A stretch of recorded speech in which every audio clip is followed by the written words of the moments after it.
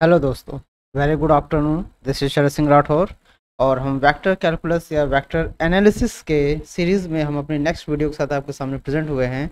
और जो आज का जो हमारा टॉपिक है वो है क्रॉस और vector product of two vectors. ठीक है, इससे पहले हमने वेक्टर अलजेब्रा और डॉट और स्केलर प्रोडक्ट पढ़ा था और अब हम थर्ड वीडियोज में आ गए हैं अपनी, जहाँ पर हमें पढ़ना है क्रॉस और वेक्टर प्रोडक्ट। तो चलिए हम अपनी वीडियो को स्टार्ट करते हैं। हमारा जो टॉपिक है आज का है क्रॉस और वेक्टर प्रोडक्ट ऑफ वेक्टर्स। अगर हम ध्यान दें दोस्तों, तो हम क्रॉस प्रोडक्ट को, अगर हम cross product of two vectors denote करना चाहते हैं तो हम कैसे इसको लिखते हैं। अगर आपने सपोज किया लेट एक वेक्टर ए है एंड अनदर वेक्टर क्या है आपका बी, तो इसको हम रिप्रेजेंट कैसे करते हैं, vector A cross vector B से रिप्रेजेंट करते हैं। ठीक, इसी को हम बोलते हैं क्रॉस और वेक्टर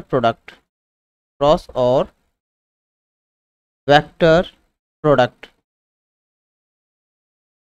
इससे पहले आपने डॉट और स्केलर पढ़ा था, थोड़ा सा हम पीछे देख लें। ठीक है, तो वहाँ पे हम क्या करते थे, ए कोई वेक्टर होता था और उसको हम बी से मल्टीप्लाई करते थे तो बीच में डॉट लगाते थे, इसी को हम बोलते थे डॉट और scalar product.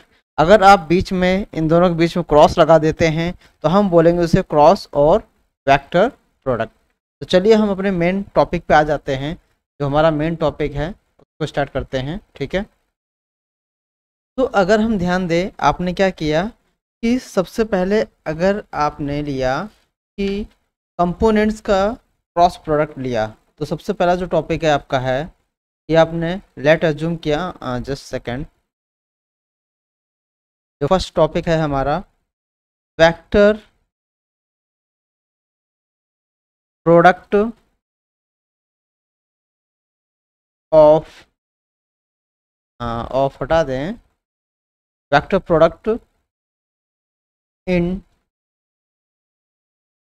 Terms of component. ठीक है, अगर हम कंपोनेंट्स के टर्म में वेक्टर प्रोडक्ट निकालते हैं तो वो क्या होगा। ठीक है, इस चीज़ को थोड़ा सा हम किनारे कर दें। हाँ सॉरी दोस्तों, थोड़ा सा टाइम वेस्ट हो रहा आपका। ठीक है, तो जब अगर आप इसको करते हैं तो हमने क्या किया, लेट अज्यूम किया कि वेक्टर ए क्या है हमारा a1 i plus a2 j plus a3 के, ये वेक्टर जूम कर लिया। और बी वेक्टर जो आपने लिया है वो क्या है b1 i plus b2 j plus b3 k। और हमें चाहिए वेक्टर प्रोडक्ट। ठीक है, वेक्टर प्रोडक्ट चाहिए तो हम इसको कैसे डिनोट कर देंगे, ए क्रॉस वेक्टर बी। अब इसका मतलब ये हुआ कि अगर हम सिस्टमेटिकली इसको लिख दें तो ये हुआ a1 i plus a2 j plus a3 k, और यहाँ क्रॉस आएगा और ये होगा हमारा b1 i plus b2 j plus b3 k। ठीक है, ये होगा।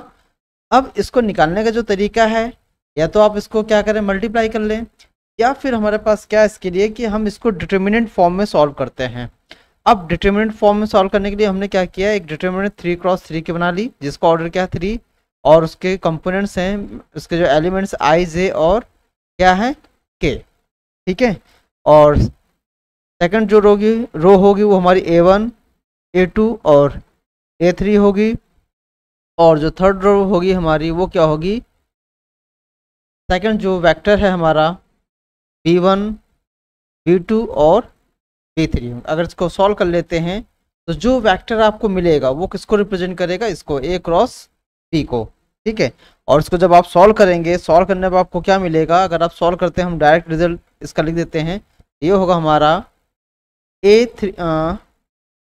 A2 सॉरी, ये हमारा A2 B3 minus A3 B2 I cap, ठीक है, माइनस J कैप, और ये हो जाएगा हमारा A1 B3 minus A3 B1 फिर प्लस K कैप, और ये हो जाएगा हमारा A1 B2 minus A2 B1, ठीक है। इसको जब आप सॉल्व करेंगे, न्यूमेरिकली सॉल्व करेंगे, तो आपको एक वेक्टर मिलेगा, वो किसको रिप्रेजेंट करेगा, A क्रॉस B को, ठीक है दोस्तों। अब यहाँ पे थोड़ा सा हम बताना भूल गए, एक रूल होता है हमारा कि हम मल्टीप्लाई तो कर रहे हैं क्रॉस प्रोडक्ट, जैसे आपने डॉट में देखा था वैसे ही यहाँ पे क्रॉस में भी एक रूल होता है। तो क्या होता है, अगर आप I क्रॉस J को मल्टीप्लाई करेंगे या फिर J क्रॉस I को मल्टीप्लाई करेंगे, इसको K कर लीजिए, J क्रॉस K को मल्टीप्लाई करेंगे या फिर आप K क्रॉस I को मल्टीप्लाई करते हैं, ठीक है। अगर आप I क्रॉस J को करेंगे तो वो क्या आएगा, आपका K आएगा। J क्रॉस K को करेंगे तो आपका क्या आएगा, ये I आएगा। और K क्रॉस I को करेंगे तो क्या आएगा, J आएगा। तो जो इसमें नहीं है वो आपका कंपोनेंट आएगा, ठीक है। ये तो इसका है। और अगर आप सेम कंपोनेंट को सेम कंपोनेंट से मल्टीप्लाई करते हैं तो वो आपको पता है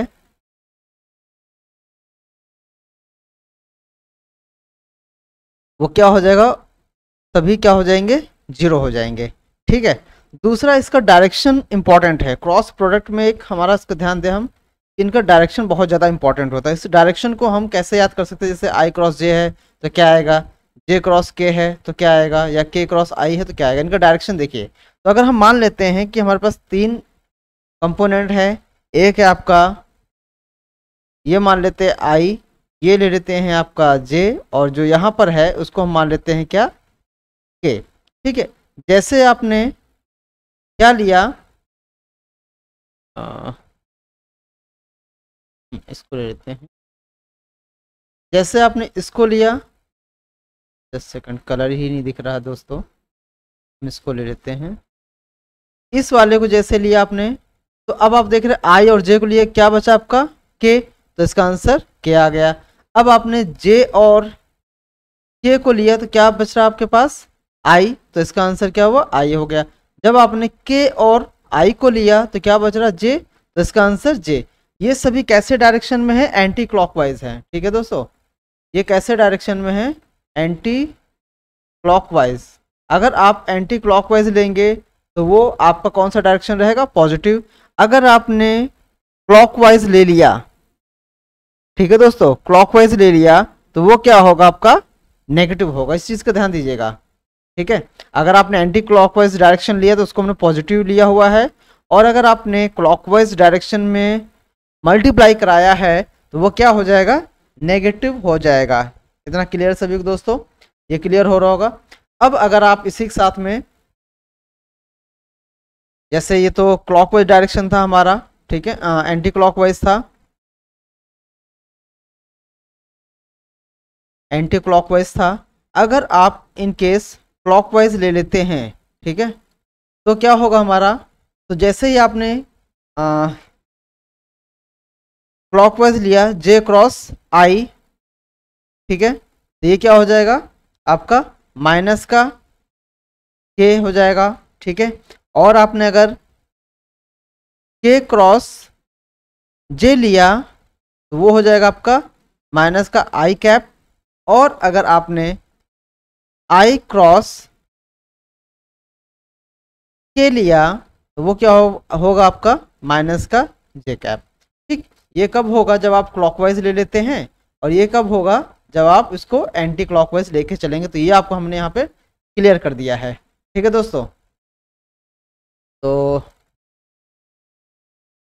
हाँ, तो अब हम देखें कि 2 वेक्टर्स हैं जिनको आपने क्या किया, प्रोडक्ट किया उनका, ठीक है, वो भी कंपोनेंट फॉर्म में। तो जब उसका हम प्रोडक्ट निकालते हैं तो वो किस फॉर्म में आ रहा है, आपका डिटर्मिनेंट फॉर्म में आता है। ठीक, उसको आप सॉल्व कर लीजिए और जो आपको वैल्यू मिलेगी, ठीक है, जैसे आपने किसी भी दो वेक्टर्स का क्रॉस प्रोडक्ट निकाला तो वो क्या होगा, एक डिटर्मिनेंट फॉर्म में आएगा। ठीक है, उसको आप सॉल्व कर लीजिए, जो वेक्टर आपको रिजल्टेंट वेक्टर मिलेगा वही क्या होगा, आपका दोनों का क्रॉस प्रोडक्ट होगा। क्लियर है। अब हम बात करते हैं एंगल्स के टर्म में। अगर आपको एंगल्स दे रखे हैं तो उस केस में आप क्या करोगे, ठीक है,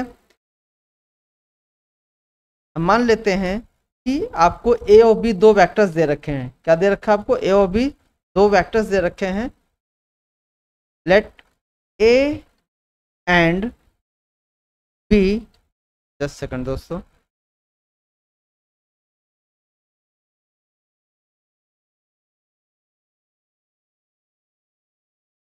if A and B,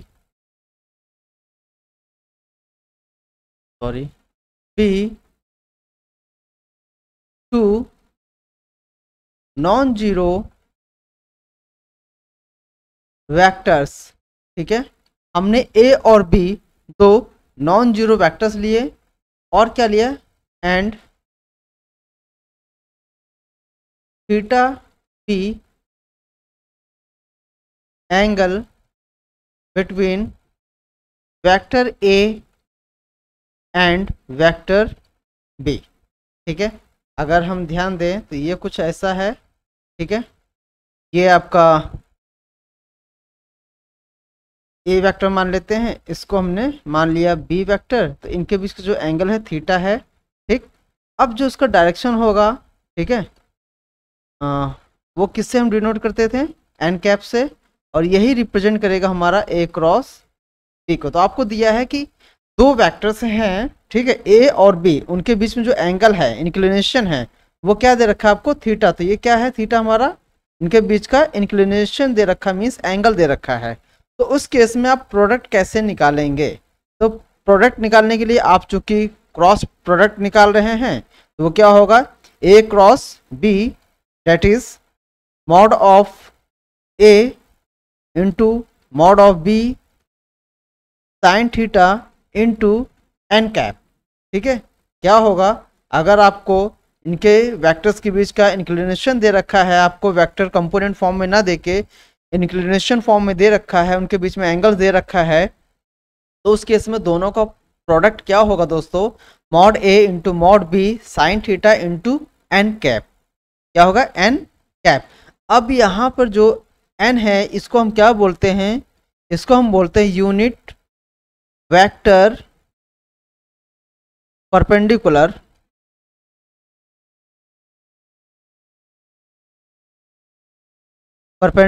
to sorry plane, perpendicular to plane of vector A and vector B. ठीक है, अब यही इसी फॉर्मूले की हेल्प से आप तीन चीज़ निकाल सकते हैं। एक तो एन कैप निकाल सकते हैं, डायरेक्शन निकाल सकते हैं, वो क्या होगा आपका cross product of vector, cross product of vector A cross B upon mod of A cross B का हम मॉड ले लें। दूसरा, अगर आप इन्हीं दोनों एंगल्स के बीच वेक्टर्स के बीच में एंगल्स कैलकुलेट करना चाहते हैं, means angle between vector A and vector B, तो वो क्या हो जाएगा, वो हो जाएगा sine theta equal, just second, sine theta mod of A cross B upon mod of A dot mod of B. ठीक है, ये हो जाएगा, ये क्या हो जाएगा, एंगल हो जाएगा। कब, जब हम कब निकाल रहे हैं, डॉट वेक्टर प्रोडक्ट के टर्म में, और जब डायरेक्शन हम निकाल लेंगे, ठीक है, तो वो क्या होगा, A cross B into, just second, तो ये है हमारा A cross B upon mod of A into mod of B. ठीक है, तो यहाँ तक हो गया, क्लियर हो रहा होगा आप लोग को, यहाँ तक कोई प्रॉब्लम नहीं होनी चाहिए आपको दोस्तों। और ये क्वेश्चंस, एक क्वेश्चन ले लेते हैं दोस्तों इसका ज़रा हम, तो यहाँ थोड़ा क्लियर हो जाएगा। थोड़ा टाइम दीजिए क्वेश्चन को निकालने में ज़रा।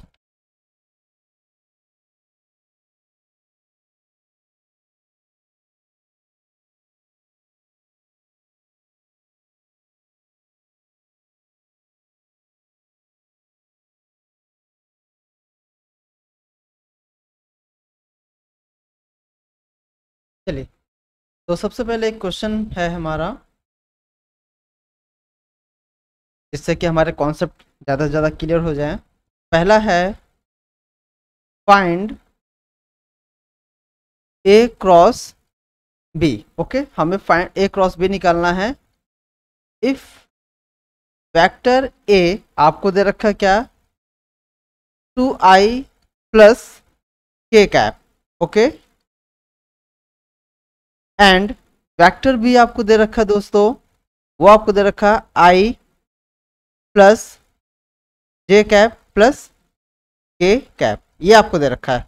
और हमें निकालना है क्या, ए क्रॉस बी निकालना है। ठीक, जैसा हमने भी देखा कि ए क्रॉस बी निकालने के लिए हम डिटर्मिनेंट फॉर्म का यूज़ कर रहे हैं, तो वो क्या हो जाएगा आपका डिटर्मिनेंट। अब इस वाले वेक्टर को थोड़ा हम चेंज कर लें कि वेक्टर ए को हम ऐसा लिख सकते हैं 2i कैप, इसमें जे नहीं तो इसको हम 0 जे कैप प्लस के कैप लिख सकते हैं। बी आपको दे रखा तो इसमें कुछ करने की जरूरत है नहीं, तो हमारा फॉर्म क्या होता था, आई जे और क्या होता था, के कैप। क्लियर है। अब पहले हम वेक्टर ए जो होता था, जो जिसका ऑर्डर फर्स्ट है उसी को हम पहले रखते थे, तो इसका अब उनके कोएफिशिएंट देख लीजिए, यहाँ पे कितना है 2 है, यहाँ पे कितना है 0 है, और यहाँ पे कितना है आपका ये 1 है, तो वो हम रख देते हैं 2 0 1। ठीक है, अब बी वाले देख लीजिए क्या है, सभी का कोएफिशिएंट क्या है 1 1 और 1 है। ठीक है, अब सिंपली आपको करना क्या दोस्तों, इसको सिंपली आप सॉल्व कर लीजिए। जब सॉल्व करेंगे आप तो क्या होगा, ए क्रॉस बी, अब हम डिटर्मिनेंट पढ़ाई है हमने, सॉल्व कर लेते हैं, तो क्या होगा 1 इंटू 0 0 और -1। ठीक है, माइनस जे कैप, अब 2 इंटू 1 -1 प्लस के कैप, तो के कैप में हम क्या करेंगे 2 इंटू 1 और -0, तो फाइनली आपके पास आ जाएगा माइनस आई कैप और माइनस जे कैप और प्लस का 2 के कैप आ जाएगा। ठीक है, तो यही हमारा क्या हो जाएगा, ए क्रॉस बी हो जाएगा। क्लियर है इतना दोस्तों, यहाँ तक समझ में आ रहा होगा। अगर कोई भी प्रॉब्लम होती है दोस्तों तो आप कमेंट सेक्शन में आके कमेंट कर सकते हैं। दूसरा एक और ले लेते हैं हम सॉल्यूशन एग्जांपल इसी का, क्वेश्चन 2 डाल देते हैं। बोला है आपसे find a unit vector perpendicular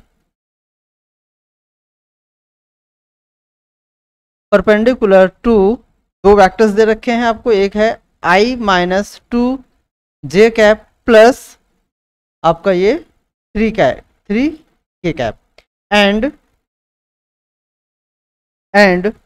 i cap plus 2 J cap minus K cap. ठीक है, अब हमें इसमें क्या निकालना है, यूनिट वेक्टर निकालना है। ठीक है, तो हमें पता है, तो हम क्या कर लेते हैं, लेट एज्यूम कर लेते हैं, वेक्टर्स को नेमिंग कर लेते हैं, इसको वेक्टर ए मान लेते हैं, तो ये हो जाएगा i cap minus 2 J cap plus 3 K cap. ठीक है, और सेकंड वाले को हम एज्यूम कर लेते हैं क्या, बी वेक्टर, तो ये हो जाएगा i cap plus 2 J cap और ये क्या होगा, माइनस का के कैप होगा। ठीक है, और अब हमें यूनिट वेक्टर निकालना है, तो n को हम क्या ले लेते हैं, यूनिट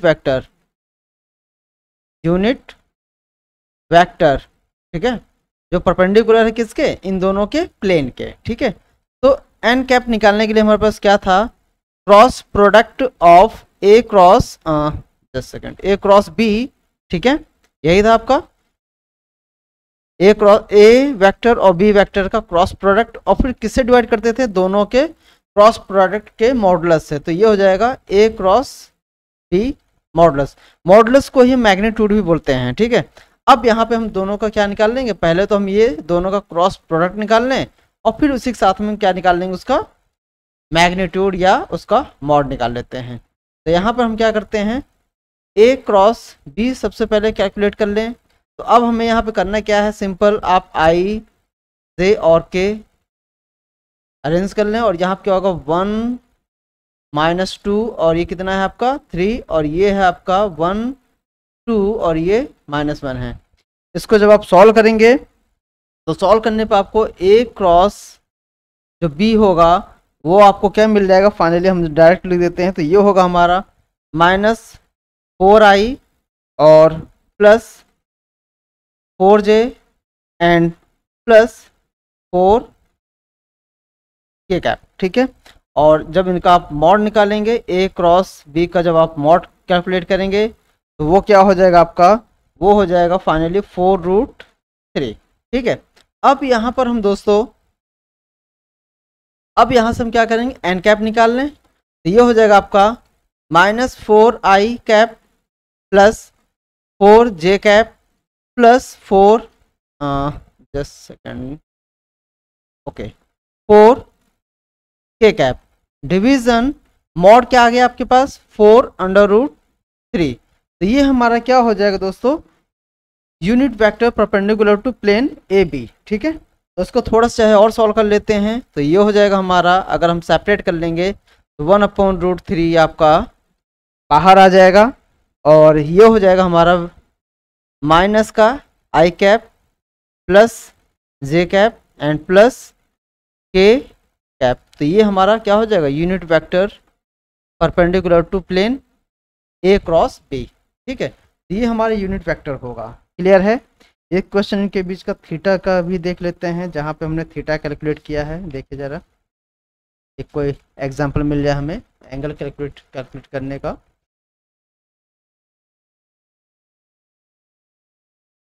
एक सेकंड दोस्तों,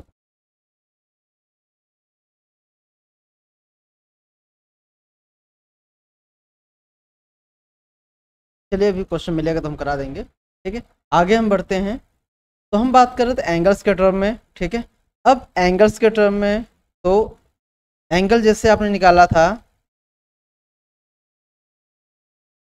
angle between vector A cross vector sorry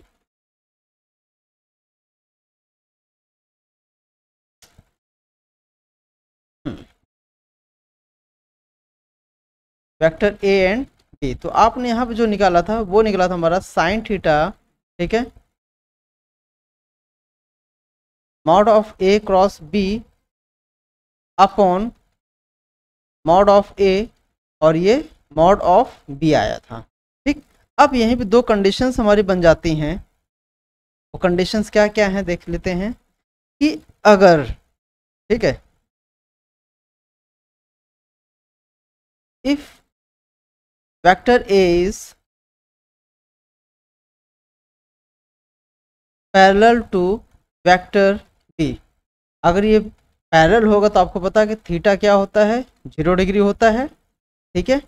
अब 0 डिग्री होगा, इट मीन कि साइन थीटा साइन 0 डिग्री, और ये हो जाएगा mod of A cross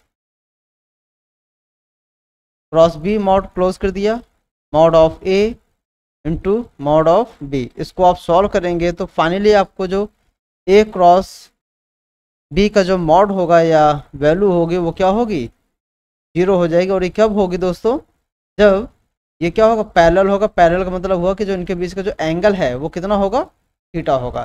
second situation कि if A is perpendicular to vector B, ठीक है, तो अब जो थीटा होगा वो हमारा क्या होगा 90 डिग्री, अगर इनके बीच का जो एंगल है, ठीक है, वो क्या 90 है, तो साइन 90 आपको पता है, साइन 90 डिग्री और ये mod of A cross B, ठीक है, upon mod of A into mod of B.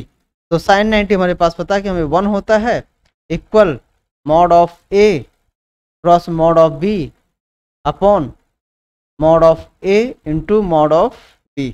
तो ये फाइनली आपको क्या देगा कि mod of A into mod of B किसके इक्वल हो गया, क्रॉस प्रोडक्ट ए और बी के, और उनका मॉड के बराबर ये हो जाता है। कब, जब इनके बीच का जो एंगल है वो क्या होना चाहिए, 90 डिग्री हो जाए। क्लियर है दोस्तों, यहाँ तक आप लोग को अच्छे समझ में आ रहा होगा। अब आगे हम बढ़ते हैं, कुछ इसकी जो इंपॉर्टेंट प्रॉपर्टीज़ है उसको हम देख लेते हैं। तो प्रॉपर्टीज़ देख लें।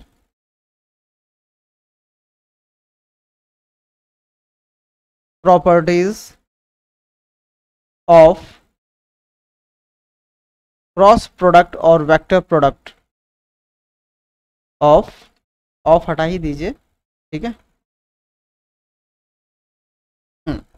तो फर्स्ट है कि सबसे पहले पता होना चाहिए कि जो अगर सेम वेक्टर को आप ए को ए से या फिर आप बी को वेक्टर बी से ही मल्टीप्लाई करते हैं या फिर आप सी को वेक्टर सी से ही मल्टीप्लाई करेंगे तो वो आंसर क्या होगा आपका, 0 होगा, ठीक है। सेकंड थिंग कि अगर आपने ए क्रॉस बी लिया, ठीक है, और दूसरा आपने इनका ऑर्डर चेंज कर दिया, बी क्रॉस ए कर दिया, तो क्या होगा, जो आंसर होगा वो माइनस के साथ में आएगा, ठीक है, नेगेटिव के साथ उसका आंसर आएगा। लेकिन अगर दोनों का आप मॉड लेते हैं ए क्रॉस बी का, ठीक है, इक्वल होगा मॉड बी क्रॉस ए का, तो ये दोनों के इक्वल होते हैं, ठीक है, क्योंकि मॉड का मतलब पता है कि वो नेगेटिव वैल्यू को ही पॉजिटिव कर देता है। तो मॉड दोनों के सेम होंगे, लेकिन अगर दोनों का क्रॉस प्रोडक्ट किया आपने ए क्रॉस बी या बी क्रॉस ए का किया, तो किसी एक में जो बी क्रॉस है जिसमें भी आप ऑर्डर चेंज करेंगे वो नेगेटिव साइन के साथ में आएगा। इतना क्लियर है दोस्तों। थर्ड प्रॉपर्टी आप बोल सकते हैं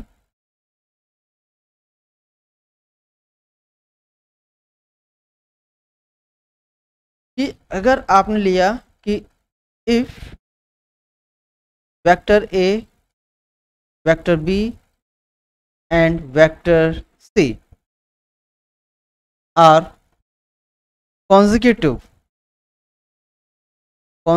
साइड्स ऑफ ट्राइंगल आपको दिया हुआ है, ठीक है, तो उस समय क्या क्या कंडीशंस होंगी ये देखें, ठीक है। अगर ये कॉन्जिक्यूटिव मीन्स लगातार साइडें हैं, ठीक है, मान लेते हैं कोई ट्राइंगल है, 10 सेकंड, हाँ,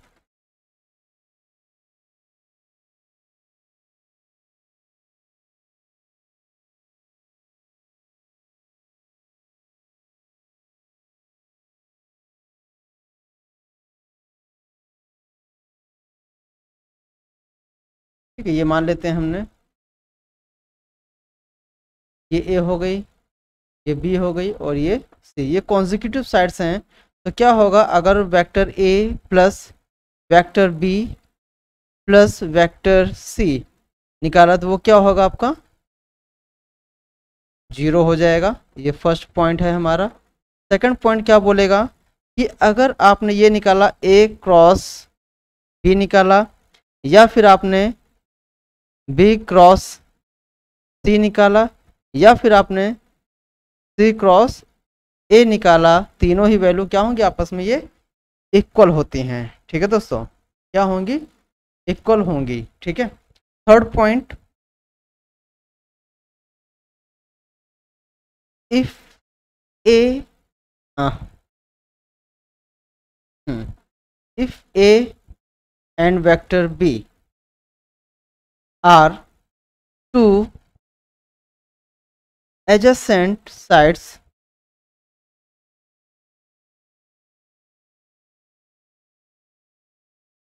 of triangle, ठीक है, अगर आपने कुछ, तो एरिया ऑफ ट्रायंगल क्या होगा, एरिया ऑफ गिवन ट्रायंगल क्या होगा, वो होगा half mod of A cross B, ठीक है, half mod of A cross B हो जाएगा। क्लियर इतना। और इसी में एक प्रॉपर्टी इंपॉर्टेंट और है, थोड़ा सा 1 मिनट टाइम दीजिए।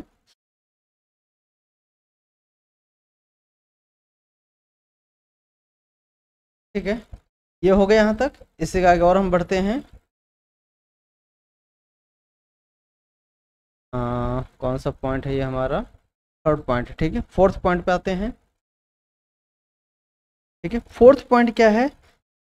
अगर हम मान लेते हैं कि if vector A, vector B and vector C are position vector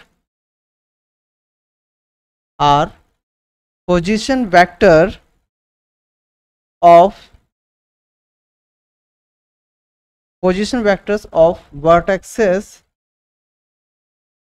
of triangle। कोई ट्रायंगल है, उसके वर्टेक्सेस के जो पोजीशन वेक्टर हैं वो क्या है आपके? ए, बी और सी हैं। तो उस केस में एरिया ऑफ ट्रायंगल क्या होगा? एरिया ऑफ ट्रायंगल जो हमारा होगा वो क्या होगा? That is half whole mod A cross B plus B cross C plus C cross A और मॉड क्लोज। ठीक है, फिफ्थ पॉइंट, अगर आपको 3 पॉइंट्स दे रखे हैं, बोला गया कॉलिनियर हैं। If vector A, vector B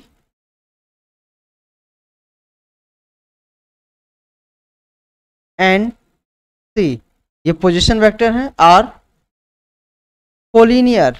ठीक है, आपको बोला है कोलिनियर, तो उसमें क्या सिचुएशन होगी वो हम देखते हैं कि अगर ये कोलिनियर है तो क्या होगा? A cross be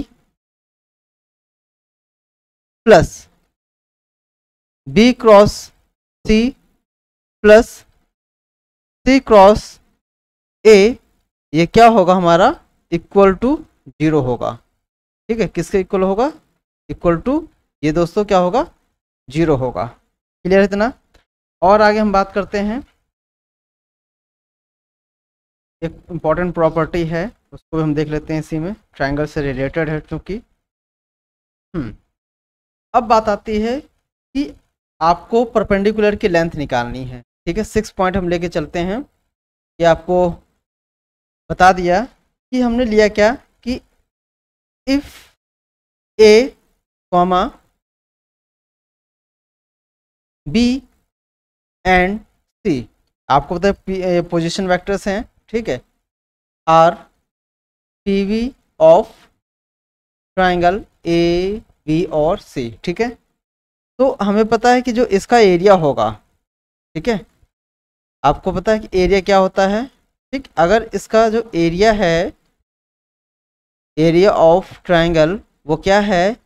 half whole mod A cross B plus B cross C plus C cross A, ये होता है। तो अब हमें यहाँ पे 3 ऑल्टीट्यूड की लेंथ हम कैलकुलेट करने जा रहे हैं कि ए से क्या होगी, बी से क्या होगी और सी से क्या होगी। मान लेते हैं फर्स्ट है length of perpendicular, length of perpendicular from C, ठीक है, सी वर्टेक्स से ऑन ए बी। ठीक है, ए बी वेक्टर से हम निकाल रहे हैं, तो क्या होगा? ये हमारा ये हो जाएगा whole mod A cross B plus B cross C plus C cross A modulus close division. अब यहाँ पे आपको सी दे रखा है, इट मीन हमें सी वाले वेक्टर्स जो इसके पोजीशन वेक्टर्स होंगे उसको हम छोड़ देंगे। तो हम क्या लेंगे? Mod of A minus B.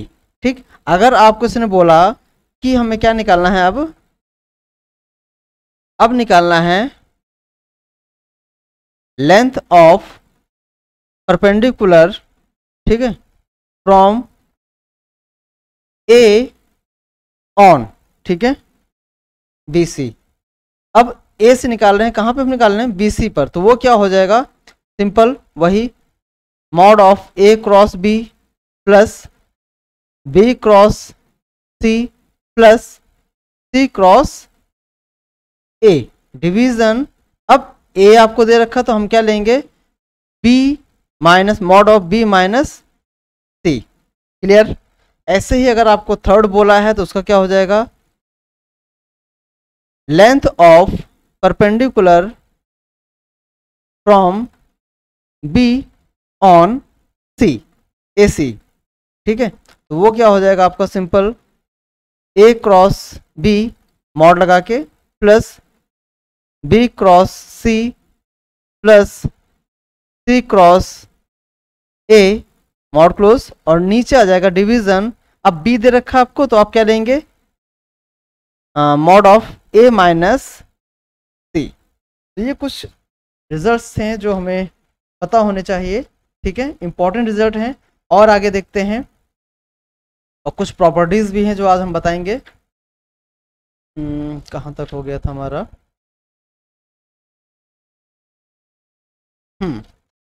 अब ट्रायंगल से रिलेटेड जो कॉन्सेप्ट थे वो लगभग आपके हो चुके हैं कंप्लीट। आगे हम बढ़ते हैं इसी में थोड़ा सा, और जो भी प्रॉपर्टीज नंबर हो, आई थिंक 7 होगी, ये देख लेते हैं थोड़ा सा। हाँ 7 है। ठीक है, ये आपका प्रॉपर्टी नंबर 7 है। अब 7 बोला कि if A vector A and B are adjacent side of parallelogram. ठीक है, ये पैरेललोग्राम की ये साइड, पैरेललोग्राम शॉर्ट में हम ऐसे ही लिखते हैं, चाहे तो आप वैसे लिखते हैं। तो अगर सपोज करते ये मान लेते एक पैरेललोग्राम बनाया आपने सपोज, ठीक है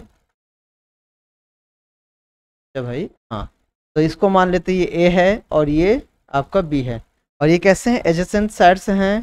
ठीक है, तो अब इस केस में इसका एरिया क्या होगा, देन एरिया ऑफ पैरेललोग्राम क्या हो जाएगा दोस्तों, mod of A cross mod of B. ठीक है, इसी में एक और है कि अगर ये आपको क्या दे रखा था, डायगोनल दे रखा होता, मान लेते हैं एक डायगोनल ये है इसका, आपको इसकी साइड्स के पोजीशन वेक्टर नहीं दे रखा, तो मान लेते हैं क्या है, D1 है, और ये क्या मान लेते हैं हम, पूरा D2 है। ठीक है, और ये कैसे आपको दे रखे, वेक्टर फॉर्म में। तो इस केस में क्या होता है, देन एरिया ऑफ पैरेललोग्राम क्या होता है, that is half mod of D1 cross D2 हो जाता। क्लियर है। अब एक आता है, इसी में इंपॉर्टेंट थ्योरम आती है हमारी, ठीक है, Lagrange's theorem.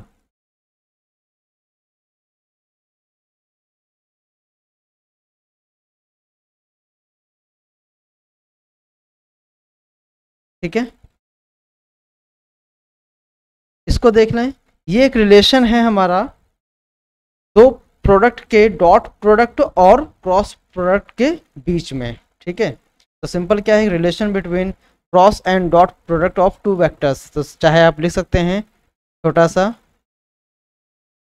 Relation between dot and cross product of two vectors. और ये कैसे है, mod of A cross B का होल स्क्वायर इक्वल होगा, just second,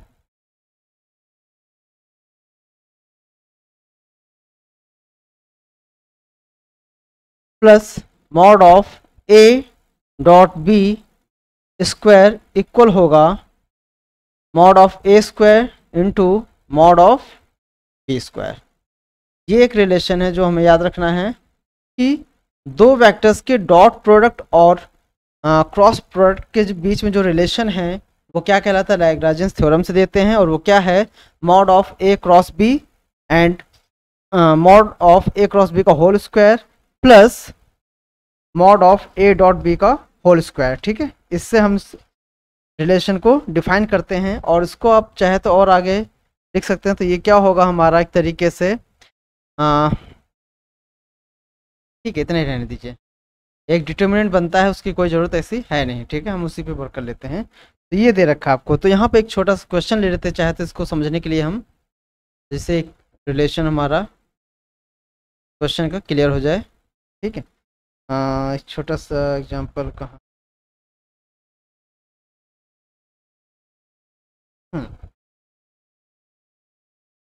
if mod of ए आपको कितना दे रखा है, 10 दे रखा है। मॉड ऑफ वेक्टर बी आपको दे रखा है 2, and mod of A dot B आपको दे रखा है कितना, ये हमें दे रखा है 12। Then find the value of mod of A cross B, इसकी वैल्यू आपको निकालनी है दोस्तों। क्लियर है? आपको क्या क्या दे रखा है, मॉड ऑफ ए दे रखा है 10 है, मॉड ऑफ बी आपको दे रखा है 2, और mod of A cross A dot B का दे रखी वैल्यू 12, और mod of A cross B आपसे दोस्तों क्या पूछा है, mod of A cross B आपसे पूछ लिया है। तो सिंपल हमें पता है जो रिलेशन है हमारा, ठीक, वो क्या है, mod of A cross B का whole square plus mod of A dot B का whole square plus mod of A square mod of B square, ये आपका रिलेशन है। ठीक, सिंपल वैल्यू रख दीजिए। अब आपको पता है कि ये तो ऐसे ही रहेगा हमारा, ए क्रॉस बी का होल स्क्वायर हम ऐसे लिखते हैं, और इसकी वैल्यू क्या है 12 का स्क्वायर कर दीजिए, ठीक है, इंटू ए की वैल्यू क्या दे रखिए 10 का स्क्वायर कर दीजिए आप, और ये आप 2 का स्क्वायर कर दीजिए, ठीक है, यही वैल्यूज आपको दे रखी हैं। ये हो जाए सॉरी थोड़ा गले में इसमें खराश चल रही दोस्तों। ए क्रॉस बी का स्क्वायर क्या हो जाएगा आपका, इसको ट्रांसपोज कर लेते हैं, तो ये फाइनली आपका क्या आ जाएगा 400 माइनस 144, ठीक है। और जैसे ही आप इसका स्क्वायर रूट सॉल्व करेंगे तो ये क्या बन जाएगा आपका अंडर रूट 256 डेट इज़ 16 आ जाएगा। ठीक है दोस्तों, तो इस तरीके से क्वेश्चन भी आते हैं, ठीक है, जो आपका डायरेक्टली किस पे प्रॉपर्टीज़ पे बेस्ड होते हैं और जो हमें पता होने चाहिए। एक दो रिजल्ट और हैं, जरा उसको भी हम देख लें।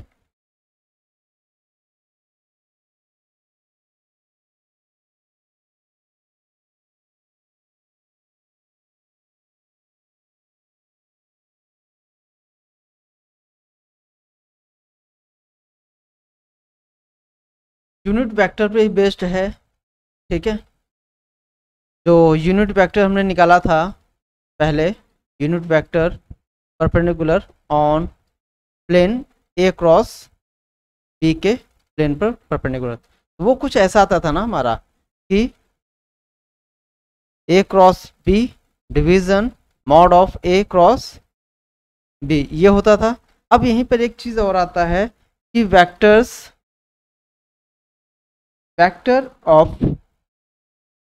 ऑफ मैग्नीट्यूड, अगर हम बोलें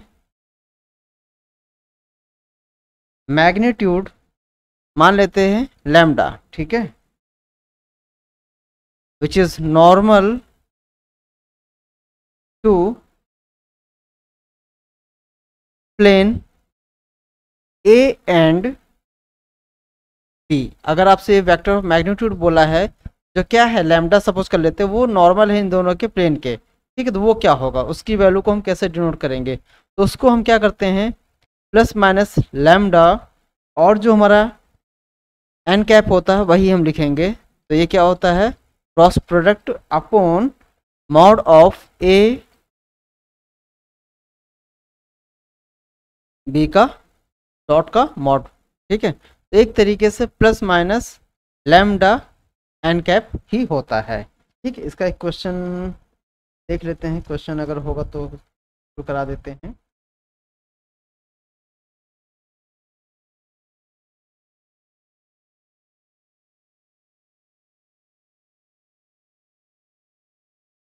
एक क्वेश्चन मिल गया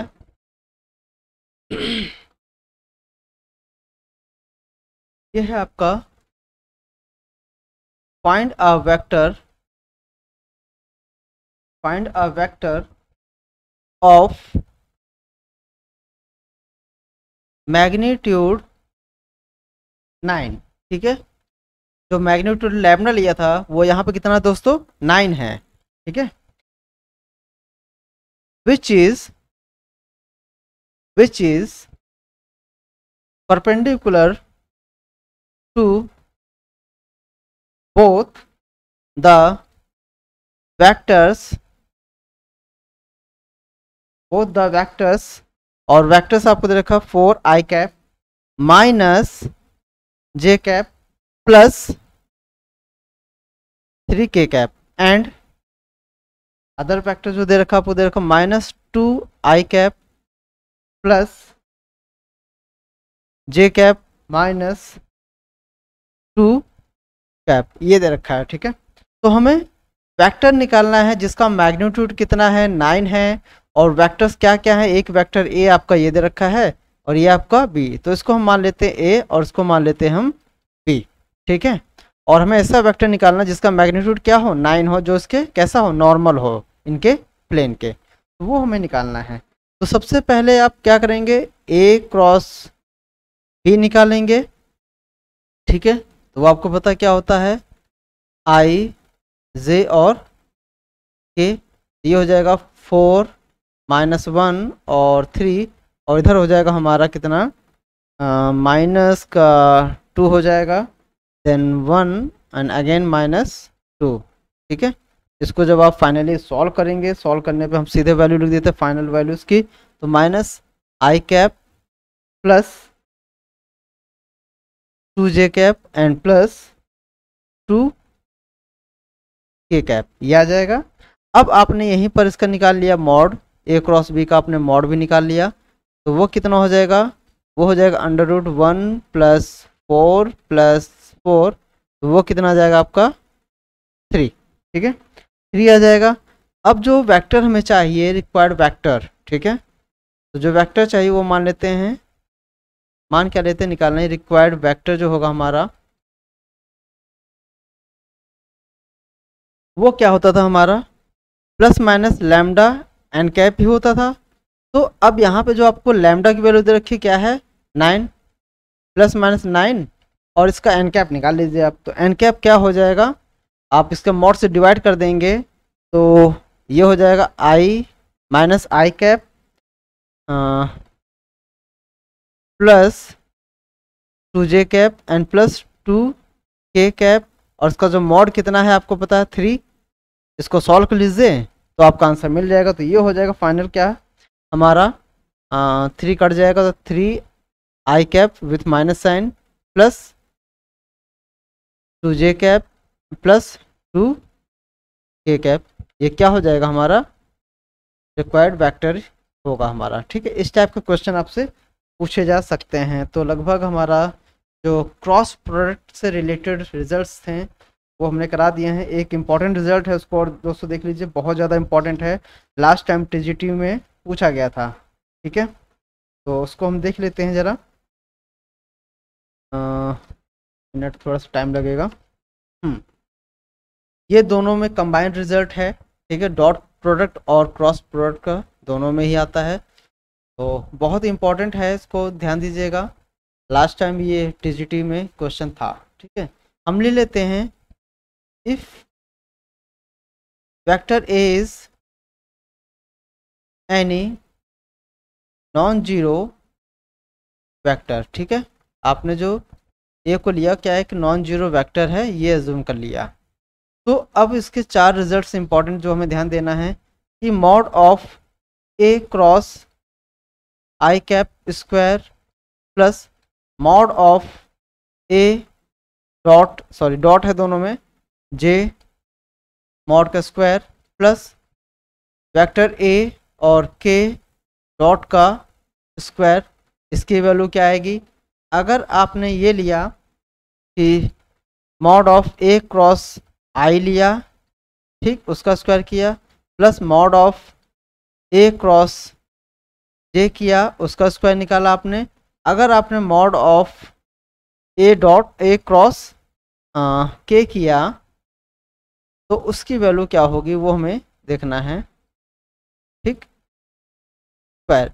तीसरा रिजल्ट इसमें आएगा कि अगर हम इसको अब सेकंड अदर फॉर्म में ले लें, I dot A cross A dot I ऐसा ले लेते हैं, J dot A dot J ले लेते हैं, या फिर आप क्या ले लेते हैं, के डॉट ए डॉट के ले लेते हैं। उस केस में क्या रिजल्ट आएगा, और लास्ट वाला इसका जो होगा आई क्रॉस ए क्रॉस आई हो जाए, या फिर जे क्रॉस ए क्रॉस जे हो जाए, या फिर ये क्या हो जाए हमारा के क्रॉस ए क्रॉस के हो जाए। तो इनके रिजल्ट्स, इनकी वैल्यूज़ क्या होंगी। अगर हम बात करते हैं इनके दोनों के डॉट प्रोडक्ट के मॉड के स्क्वायर की, तो ये होगा हमारा simple mod of A square होगा, या आप सिंपल ए स्क्वायर रख सकते हैं। अगर हम इनके क्रॉस प्रोडक्ट के स्क्वायर की बात करते हैं तो वो क्या होगा, 2 time of mod of A square होगा। अगर हम इनके साथ में बात करते हैं कि ये डॉट प्रोडक्ट के साथ में हो और विथ क्या हो उनके कंपोनेंट्स के साथ में बात करते हैं, तो ये क्या होगा, वेक्टर ए होता है। अगर आप इसके क्रॉस प्रोडक्ट के टर्म में बात करते हैं तो ये क्या होगा, 2 टाइम ऑफ वेक्टर ए होता है। तो ये इंपॉर्टेंट रिजल्ट्स हैं दोस्तों। ये आपका इनमें से एक कोई आया था, ध्यान नहीं आ रहा कौन सा है, टीजीटी में आया हुआ था, ठीक है। तो अगर आप ऐसे चीज़ें आप याद रखेंगे तो आपको विथ इन सेकेंड आप आंसर को कर सकते हैं, ठीक है दोस्तों। तो आज के लिए इतना ही है, बस आपसे रिक्वेस्ट है कि आप पूरी वीडियो को देखिए, ठीक है। ज़्यादा से ज़्यादा लोगों को शेयर करिए और सब्सक्राइब करिए, लाइक करिए, ठीक है। नेक्स्ट वीडियो में मिलते हैं जल्दी से दोस्तों। Okay, thank you.